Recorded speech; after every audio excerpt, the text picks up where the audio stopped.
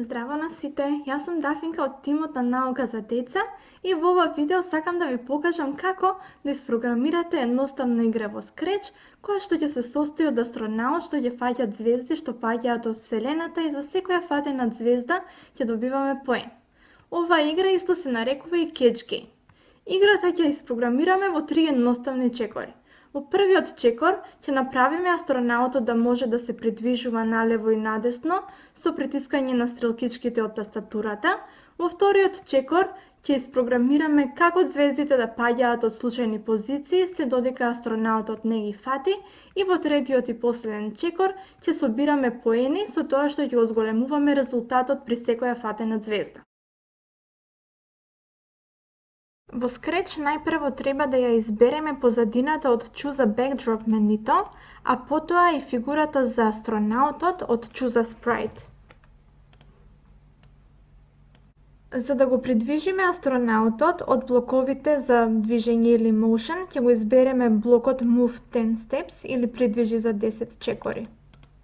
За да направиме астронаутот да се движи десно, секогаш кога на тастатурата ќе ја притиснеме соодветната стрелка, треба од блоковите за контрола да избереме if услов.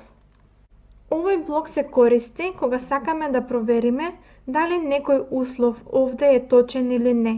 Само кога условот е точен, тогаш овој дел овде ќе се изврши. Значи, потребен ни е овој блок овде. Ако е точно дека копчето десна стрелка е притиснато, тогаш го придвижуваме астронаутот за 10 чекори. Слично, за да го придвижиме астронаутот во лево, треба од блоковите за движење да го избереме блокот Move 10 Steps или придвижи за 10 чекори, меѓутоа овој пат за спротивна насока треба да поставиме негативен знак или -10. Затоа што движењето треба да се направи кога ќе ја притиснеме левата стрелка на тастатурата, потребен ни е уште еден if блок. Условот ќе проверува дали е притисната левата стрелка од тастатурата. Ајде да пробаме. Нека почнува кога ќе кликнам на зеленото знаме. Притискам на стрелкичките за лево и десно на тастатурата, меѓутоа ништо не се случува. Тоа е така затоа што сега кодот проверува само еднаш кога почнува играта дали некоја од стрелките е притисната. Дали баш во тој момент притискаме на стрелките? Не, нас не треба нешто што постојано ќе ги повторува if условите. Затоа потребен ни е блокот Forever од блоковите за контрола.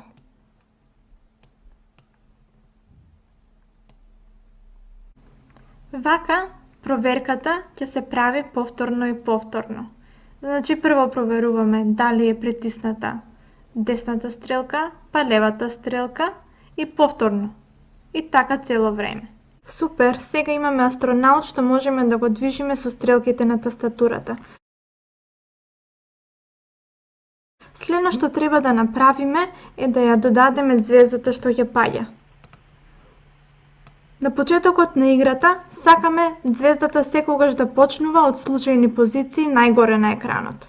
Тоа ќе го направиме со помош на овој блок Go to Random Position или оди на случајна позиција. А овој блок може да подеси на која височина да биде звездата. Во Scratch вредноста на Y ни кажува колку далеку е некоја фигура од долниот и од горниот дел на екранот. Ако Y е 0, звездата е на средината на екранот. Ако е 20, ќе биде малку погоре или 180, звездата се позиционира најгоре на екранот. Ако ги споиме овие два блока, ќе го добиеме посакуваното. За да направиме звездата да паѓа, треба да ја намалуваме вредноста на Y. А за тоа да се случува секогаш, треба да го искористиме блокот Forever. Вака имаме звезда што паѓа само еднаш. Кога звездата е најдоле на екранот, сакаме пак да почне да паѓа од горе од случајна позиција. А за тоа веќе го имаме кодот. Сега само треба да провериме дали ѕвездата е најдоле на екранот и ако е тоа точно, треба да одиме на случајна позиција и y да биде 180. Се сеќавате дека кога y е 0, ѕвездата е на средината на екранот. Кога е 180, тогаш таа е најгоре на екранот. Следствено, кога е минус 180, треба да биде најдоле на екранот. Затоа треба повторно да направиме една проверка или од операторите треба да го извлечеме овој блок овде и треба да го комплетираме условот. Дали позицијата на y е помала од минус 180. Ако е тоа точно, тогаш ги повлекуваме овие блокови овде. Супер, но се уште не детектираме дали астронаутот ги фаќа ѕвездите. Затоа повторно треба да направиме уште една проверка. Од овие блокови ќе го избереме следниот touching Киран или дали ѕвездата го допира Киран, нашиот астронаут. Ако е овој услов точен, треба повторно да го направиме истото, да одиме на случајна позиција и да го сетираме y на 180. Сега, секогаш кога ѕвездата ќе го допре Киран, нова ѕвезда паѓа од горниот дел на екранот од случајна позиција. Нека ова се извршува секогаш кога ќе ја почнеме играта и ајде да додадеме и звук кога астронаутот ќе ја фати ѕвездата.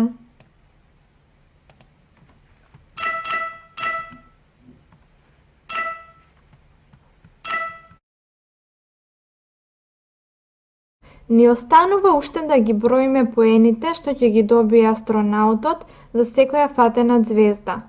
Од блоковите variables ќе креираме нова променлива во која што ќе го чуваме резултатот. Кога астронаутот ќе фати ѕвезда, ќе го зголемуваме резултатот за 1, а играта секогаш ќе почнува со резултат или скор 0. Одлично, тоа е нашата игра. Во овој пример на Catch Game избравме Вселена, астронаут и ѕвезда, но вие бидете креативни и направете поинаков избор на позадина и фигури со што ќе дадете уникатен изглед на вашата игра. Откако ќе ја направите, снимете кратко видео на кое што ќе ни покажете како функционира и споделете го под хаштаг Наука за деца. Ве очекуваме! Чао!